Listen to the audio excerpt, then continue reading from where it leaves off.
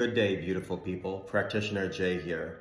One of the questions I often get while I'm working with individuals or couples is, Mr. J, we have a lot of marital issues and all we do is talk about the affair. That's all we do is talk about the affair. And I feel like a monster. I feel like a piece of trash. I feel this way.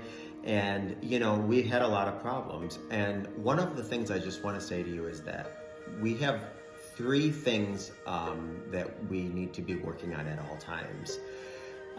Individual issues and needs, the marital or relationship issues and needs, and then the infidelity issues and needs. Now, some of those are going to be woven together and some of those are going to be apart. The difference is, however, timing. So what we can't do is when a bomb goes off in our life, such as D-Day, or we discover our spouse or our partner has infidelity, what we can't do is say, well, and then bring in our marital issues. That's not the time for that. So what happens is you need to address the elephant in the room. You need to stop the bleeding of the gouge.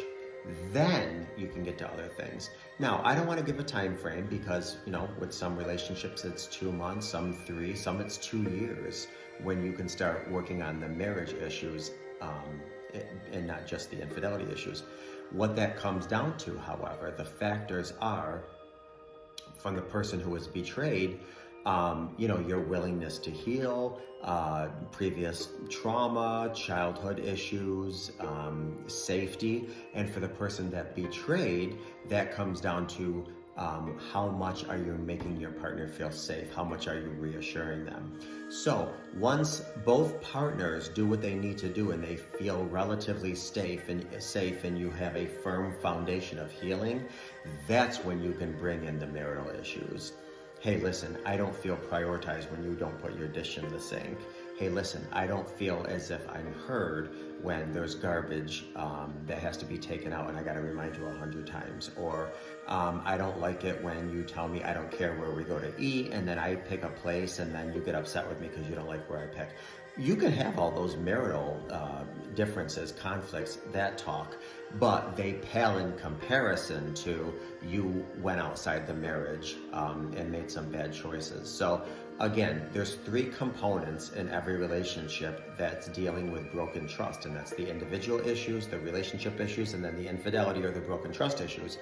And you have to talk about them. However, you have to address the elephant in the room first. One of the things that I tell couples when they start to broach that, where okay, we can really start discussing all 3, you might have to make a time frame for that. Listen, we're going to talk for an hour every single week. The first 20 minutes, I'm going to share with you what I'm doing individually to heal and grow. The next 20 minutes, let's talk about our marital issues. And then the last 20 minutes, why don't we talk about what you need in terms of feeling safe or reassurance with me stepping outside the relationship. That can go in all fashion. You can spend 3 hours doing that. You can spend 15 minutes, 5 minutes each, whatever. But you have to establish a foundation first. Then you can bring the marriage issues into the conversation. Any questions at all, don't hesitate to reach out, and I hope that helps.